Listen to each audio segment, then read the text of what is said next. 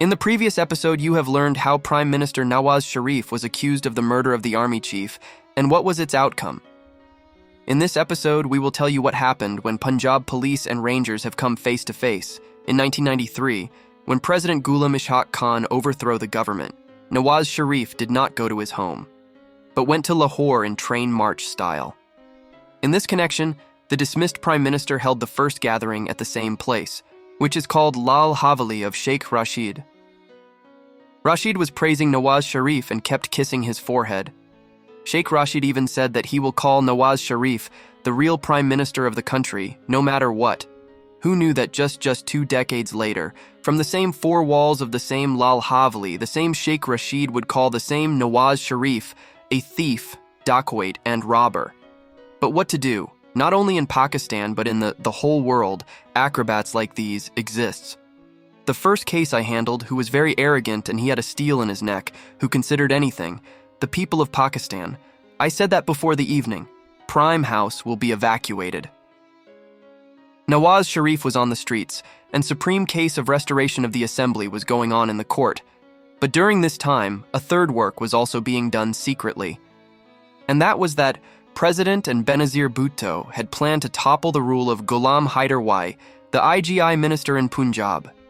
And in this plan, an important group of Nawaz Shareef had joined hands with him, and he was Punjab Assembly Speaker, Mian Manzoor Ahmed, Watto, Benazir Bhutto, and President had brought him together with the promise of making him the Minister of Punjab. Nawaz Shareef's IGI coalitions had 209 seats, which was more than a two-third majority, but Manzoor Watto formed the forward bloc by breaking the 17 members included in IGI. Then surprisingly, within a few days, most of the supporters of Nawaz Shareef's Jamaat Muslim League get along with Manzoor Ahmad Watto. Many members of Wai's cabinet also resigned.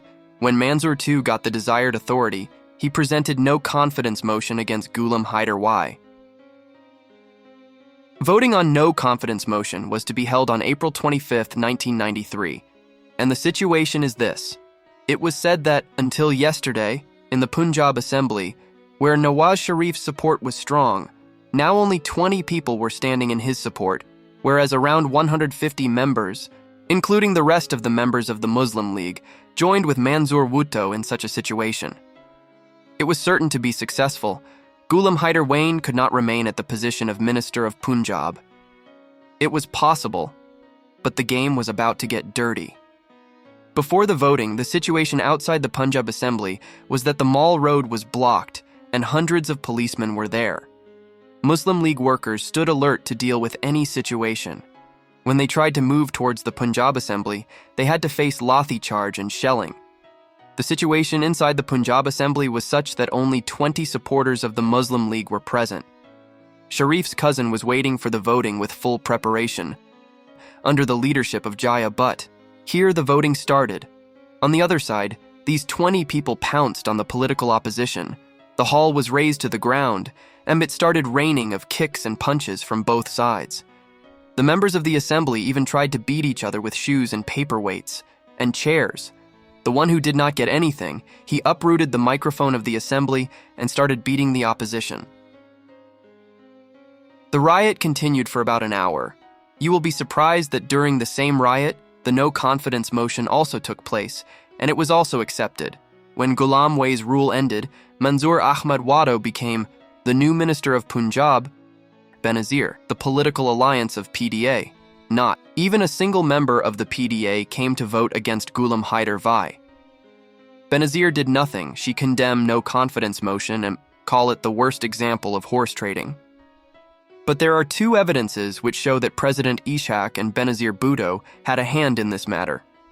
The first evidence is that a few days before the voting on no confidence motion, Benazir said in a statement that she had indicated that she wanted to form the government by joining the rebel Chadha group of the Muslim League. As soon as Manzoor Watto became the chief minister of Punjab, when he needed the vote of confidence, on this occasion, the PDA also voted for him and Jamaat Islami also stood with Watto. The second proof is that 2 days before the change of government in Punjab, President had appointed PP leader Chaudhry Altaf Hussain as the governor of Punjab, and Chaudhry Altaf stood with the Watto's government till the last moment. The new governor and the chief minister were receiving congratulations. But he did not know that their happiness were very limited because Nawaz Shareef game was not over yet. The case was in the Supreme Court and 11 judges were listening this case. On 26th of May in 1993, they made the decision to restore the National Assembly. Nawaz Shareef again became Prime Minister, and President's order was declared void.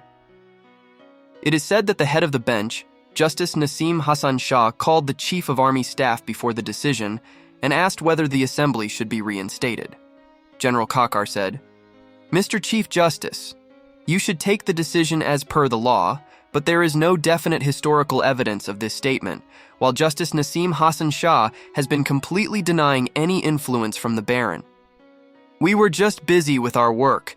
Whatever case came before us, we solved it with great hard work and with great honesty. People keep saying whatever they want to say." This decision was given by 10-to-1 ratio. 10 judges declared President's decision to dissolve the assembly wrong, but only one judge dissented from this decision. And do you know that this one judge was Justice Sajjad Nisha? Yes, the judge with whom Nawaz Shareef had a historical fight after a few years. And do you know who was another important judge in this case? Mr. Rafiq Tarar, the same one who later became the president of Pakistan. Interesting story between these two. This will also come in its own time, but for now, let us tell you that as soon as the Supreme Court restored the rule of Nawaz Shareef, President's political game got reversed, and he immediately started seeing the Punjab rule go away from his hands.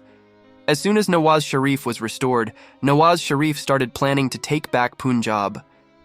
Efforts had been started, but this time he handed over the command, not in the weak hands of Ghulam Haider, but in the strong hands of Chaudhary Parvez Ilahi. With the blessings of the Prime Minister, Parvez Ilahi contacted the same Punjab Assembly's rebel members and the same members who, seeing Shareef becoming weak, joined Manzoor Watu, now came back. In the same way, no confidence motion was presented, and Watu's government was in danger. But Manzoor Watu was also not alone. Governor and President were with him. Before the approval of Tariq, an advice was sent to the governor to dissolve the assembly. The governor dissolved the Punjab Assembly, but in this action, Manzoor made a historical mistake. That mistake was that he sent advice to the governor to dissolve the assembly when the movement against him had reached its peak. And legally, at that time, the Prime Minister could not have sent advice to dissolve the assembly. The matter went to the High Court. The court reinstated the assembly, but just 4 minutes after the court's decision, on the request of Manzoor Watu, the governor of the People's Party Punjab once again dissolved the assembly. The matter was once again went to the court, and thus a bad game started. The biggest province of Pakistan became a joke. In such a situation, Nawaz Shareef called a meeting of the collective parliament and took control of Punjab and transferred it to Islamabad. Through this agreement, Mian Azhar was made the administrator of Punjab. But Manzoor Watu rebelled against the decision of Islamabad and said that he would make any officer sent by Islamabad an OSD. He was saying this because he had full support of Ghulam Ishaq Khan. He had the full support of not only president, he also had the support of the opposition leader, because Benazir Bhutto was also demanding a case of rebellion against the decision of parliament. The situation was going from bad to worse. In Punjab, there was no information as to whose orders to follow and whose orders to reject. Then, something happened that no one in Pakistan had even imagined before. Nawaz Shareef ordered the Rangers to help Markaz take control of the Punjab government, and if necessary, the chief minister and the governor should be forcefully thrown out. On the other hand, Manzoor Watu ordered the police to fight with force against those who tried to remove them forcefully. It was close to each other that the two important security forces of the country would have stood face to face. But in such a situation, the high command of the Pak army showed wisdom and issued an order to the Rangers to remain anonymous. In this way, the country was saved from a huge loss, or at least from embarrassment. Within 2 weeks, the Kakad formula was arrived, due to which this matter resolved. What was this Kakar formula, which was the most longest and important meeting of Pakistan, and what was decided in it? And how did the person who did not even have an identity card for Pakistan become Prime Minister of Pakistan? We will tell you, but in the next episode of History of Pakistan, subscribe English Murchi and click on the bell icon.